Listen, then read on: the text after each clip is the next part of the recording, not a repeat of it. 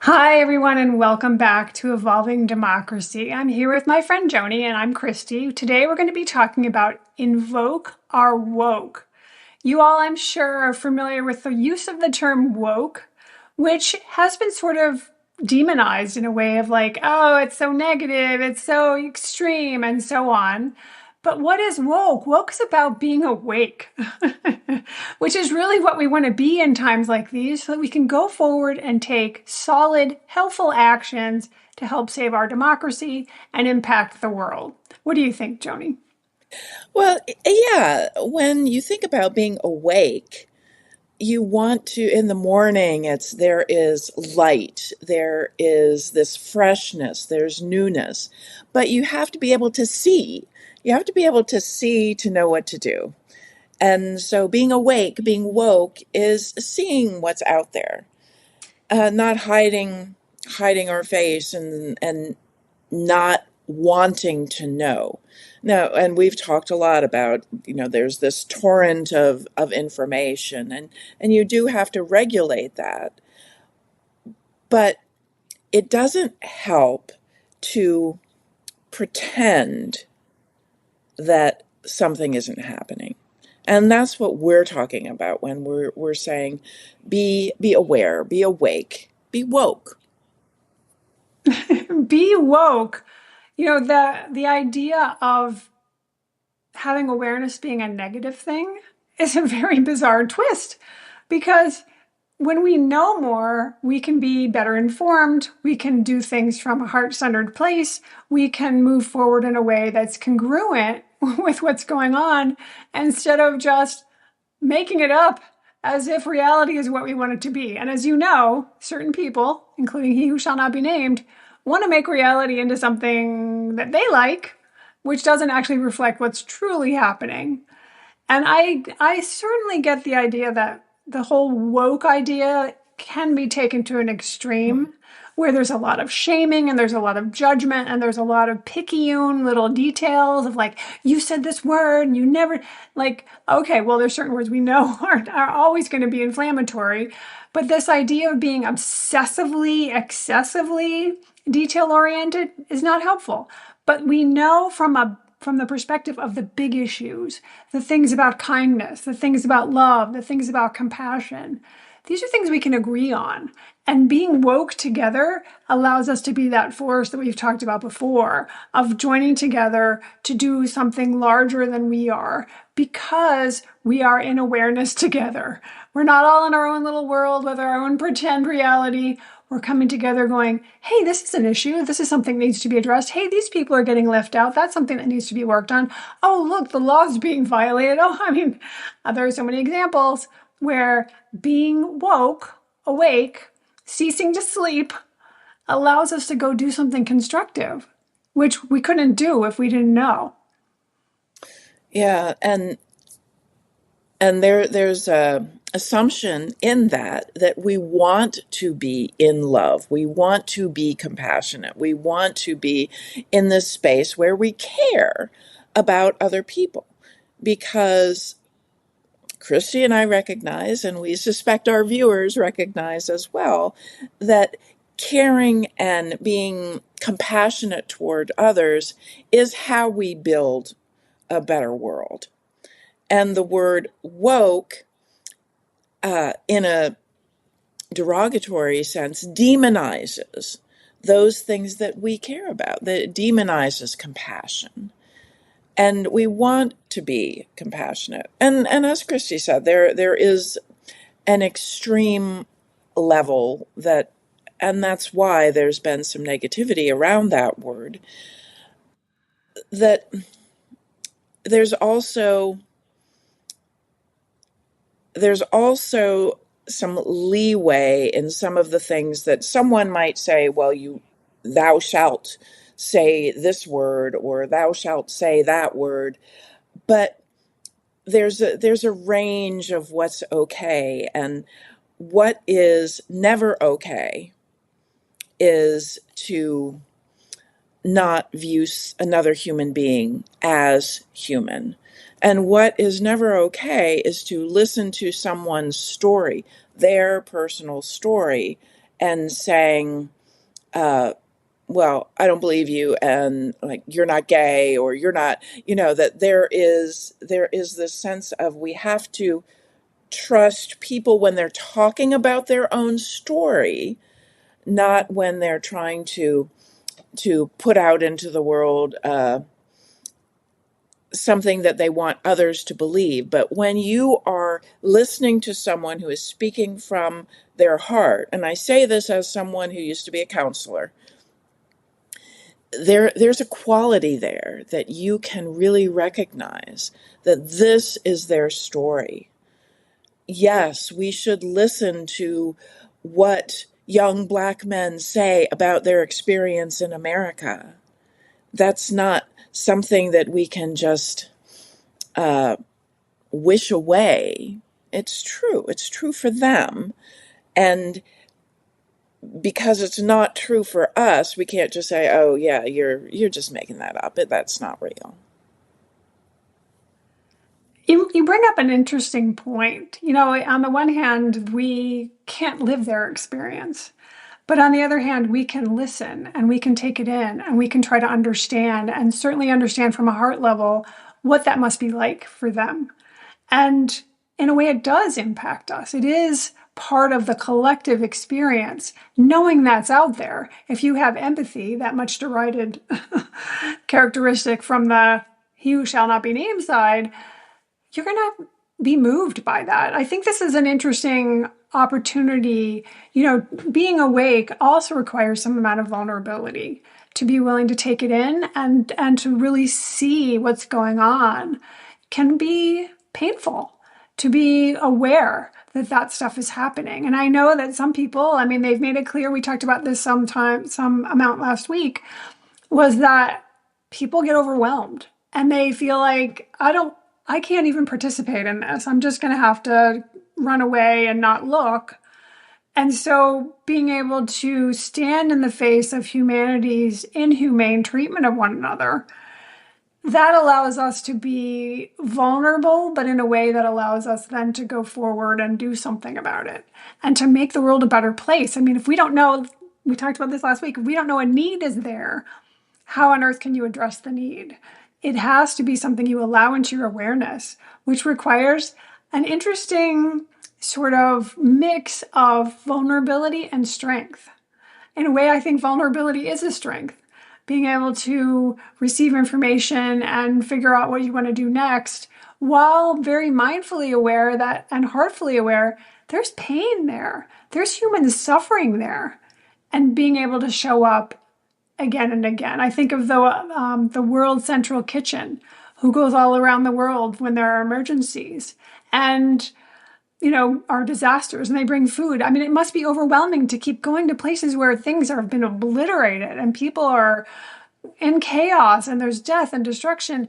And yet they keep showing up and they keep showing up and they keep showing up. Like, that is such a grand example. It's not a scale that probably most people could handle on a regular basis, but it sets sort of a model for us for what we can do on a smaller scale if we're awake.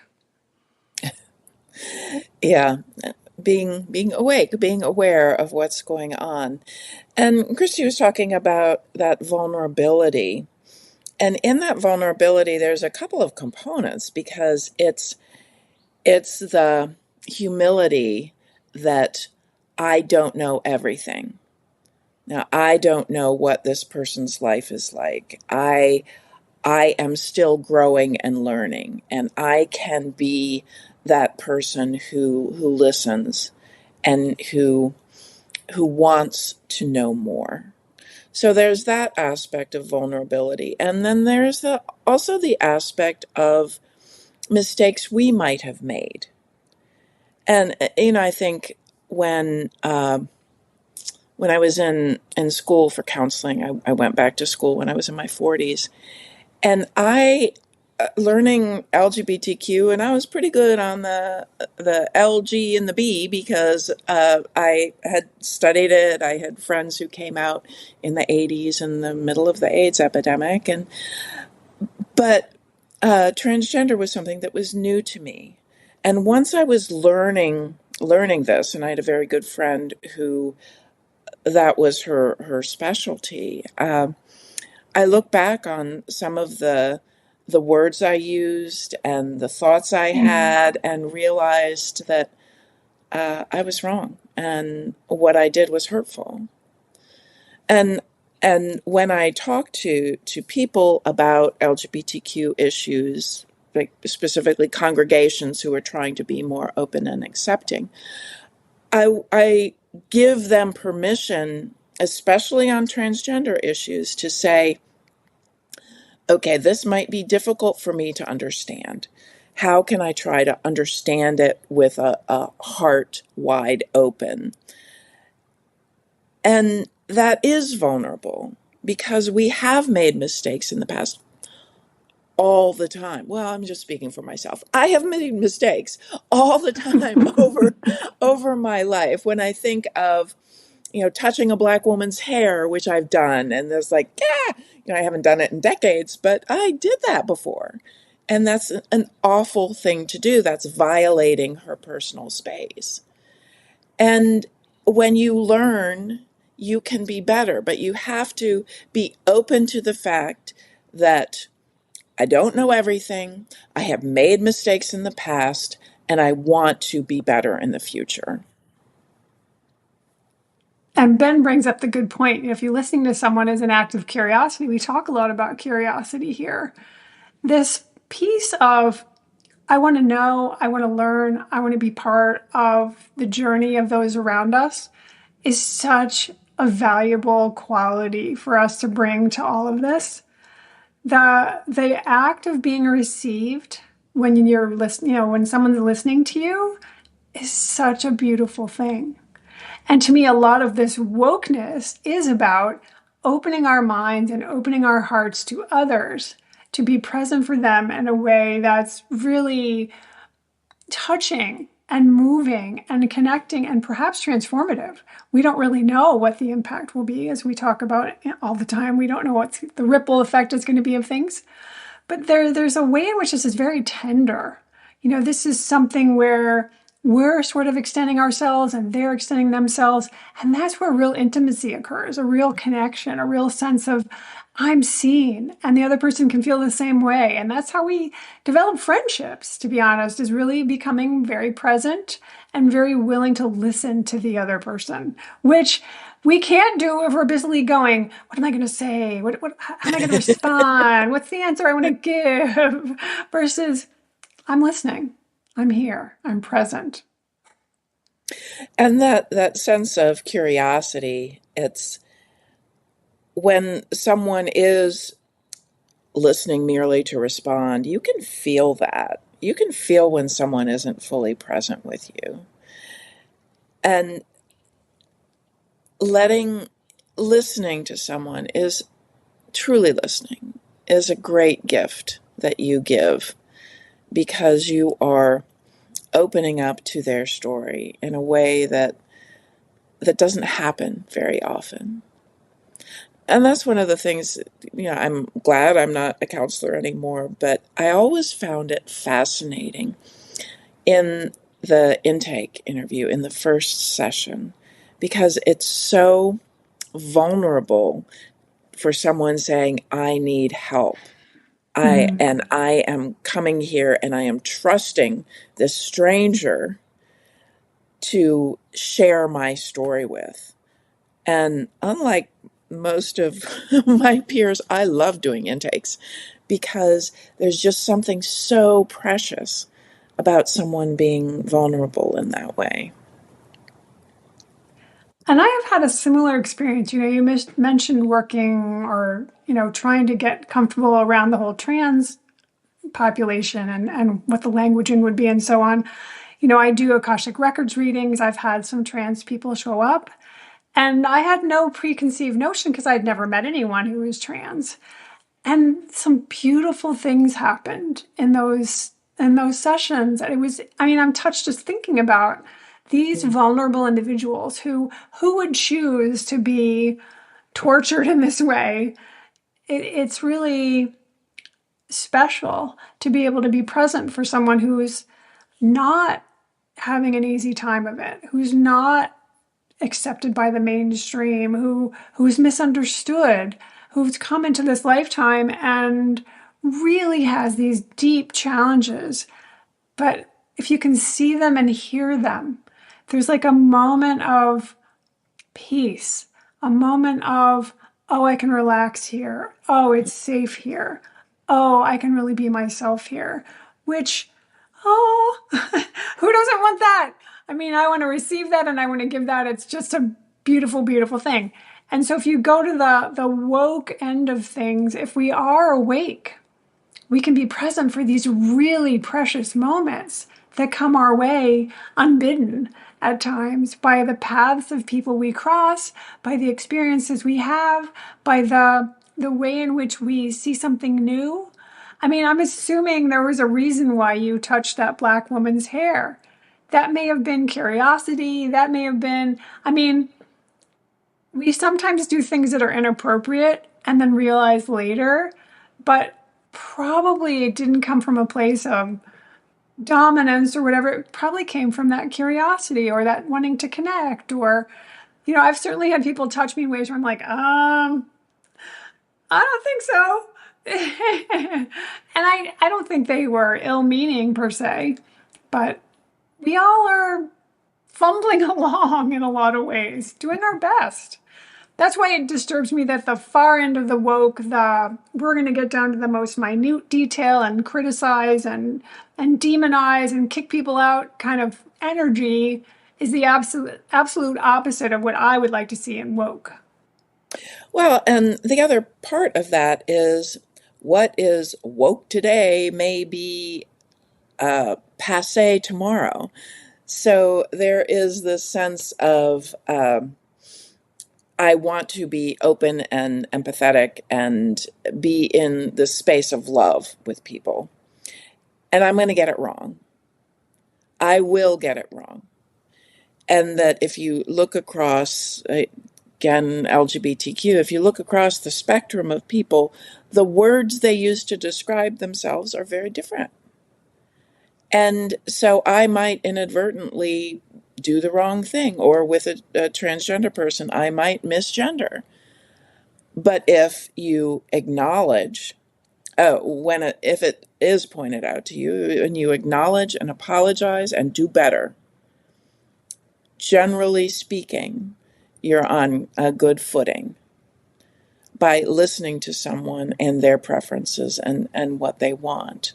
It is that care and empathy that we talk so much about, layered in with vulnerability and curiosity. It's all there to be aware of the world, aware of your impact on other people, and open to their impact on you, their story, and how it might help you learn and grow. I think you've just struck upon something that is so key. Story. What do we remember? We remember stories. It's one of actually the precepts in creating videos because people tend to remember our stories more than they remember some conceptual sort of thing.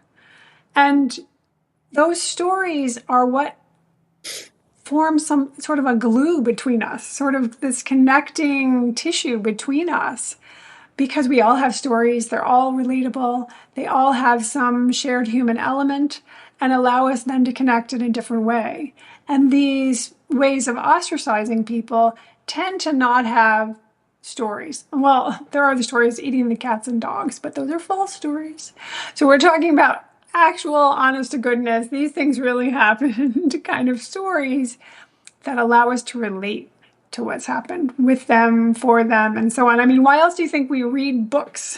Oh, like there's so many books out there still because we love stories. And that to me is part of being awake as well. If you're willing to listen to the stories, if you're willing to be present to their experience, then the possibilities for transformation are endless. I mean, this is me, like the super optimist, like, I've done that twice today. Then we can move into something that transcends all this awfulness that we're Yeah. experiencing now. This tsunami of awfulness really gets soothed and healed, I believe, through the power of story. through the power of connection, through the power of I see you, you see me, we see a better future. Let's head in that direction together. Well, and this being awake and aware, I'll tell you a story. When I was in my 30s, I was married, my first husband, and we were going through a rough patch. He had an affair, and we separated. And we were separated for a couple months. And then when we got back together, for the first time in that marriage, there was openness, honesty, and vulnerability. And it was hard. It was really hard because he may have had an affair, but it was not all on him. I was doing things that were contributing to this bad partnership.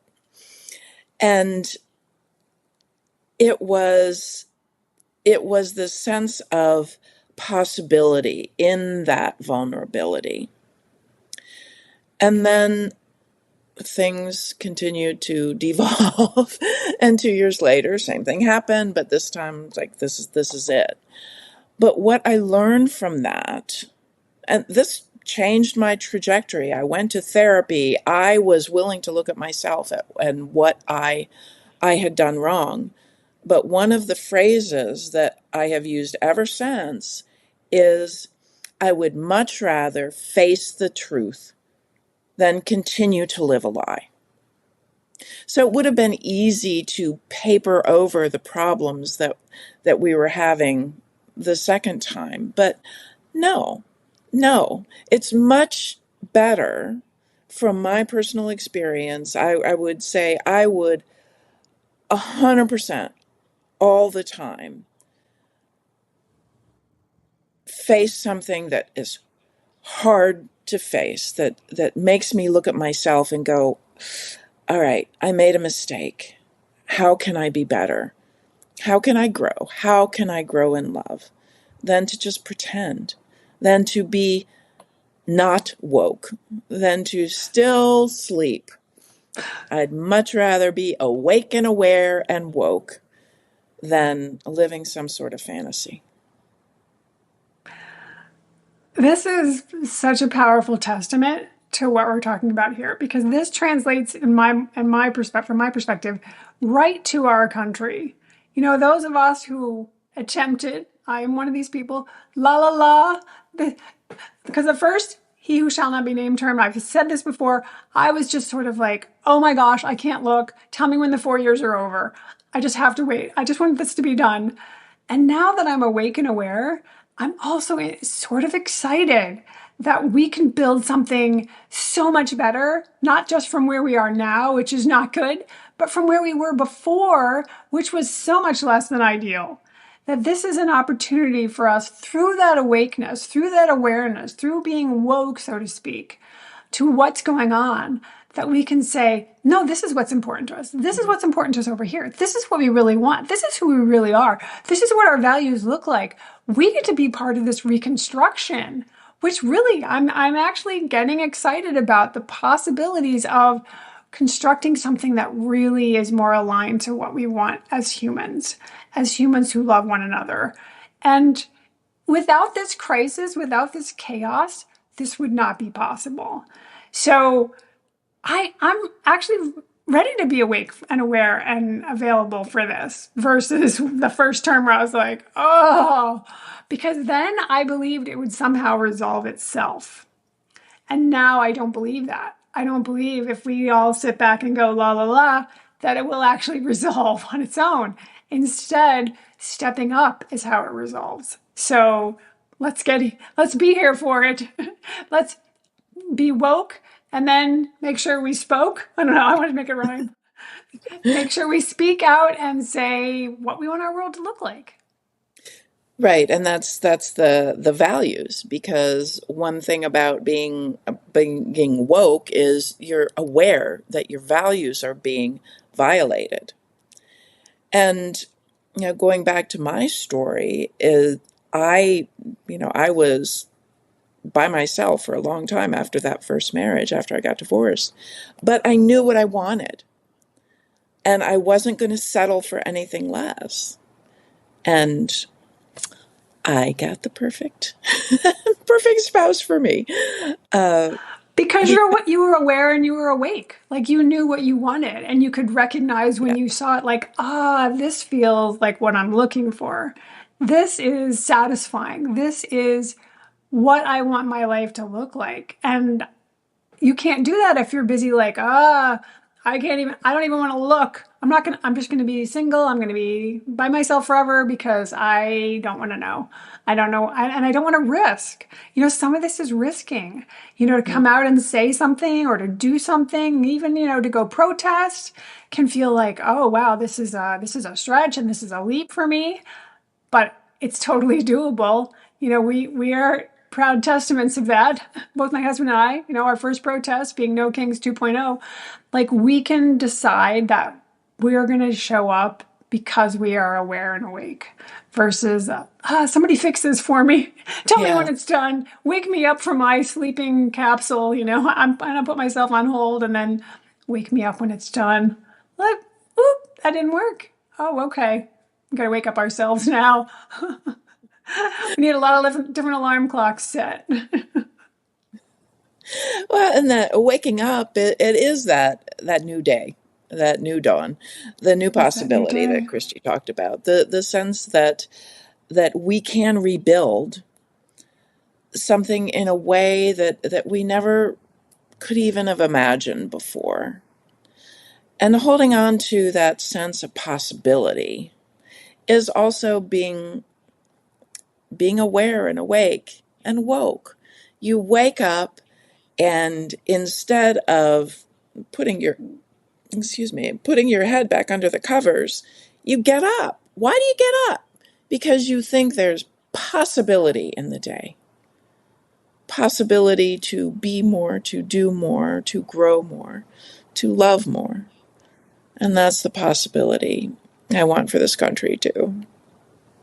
And you've got me going on a little bit of a minor tangent here is that, when we're in these situations, we can feel like our actions are pointless. And that could be the putting your head under the covers kind of thing. But what if your actions really are contributing something? What if there's an unseen force that's sort of helping us move, sort of channeling us towards an outcome that is better, that's in the highest good of all, that phrase we often use here. And what if you are part of that movement to move things forward, to transform along with everyone, but also be part of the transformation of everyone? That I've got chills. I mean, that is such strong potential that we can tap into if we don't go into the Eeyore, wah, wah, nothing's gonna ever work and we're doomed and it's all. No, like this is the time to, I don't know, what do they, pull your bootstraps? Whatever. Like to get charged and energized to creatively move us forward, creatively be part of the momentum and see where it takes you and where it takes us. Because none of us are going to stay unchanged. Even our conversations here, we are different people than we were when Joni and I got on Substack 10 minutes before the hour to make sure everything's working for the tech. We are not the same because we have moved through this discussion, having people come and witness us and, share their hearts and allowing us to have a vision that we can transform together. Just, I'm excited. What can I say?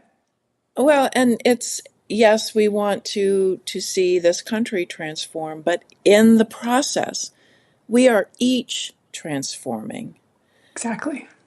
And as we stay in that space of what we want for ourselves tends to be what we want for others. What the ease we have in our lives, the love we have in our lives. We want that for other people. And we want that for this country, and we want that for the world. Absolutely. And with that, let's go out. Let's put love into action together. Together. Take care, everyone. See you next week.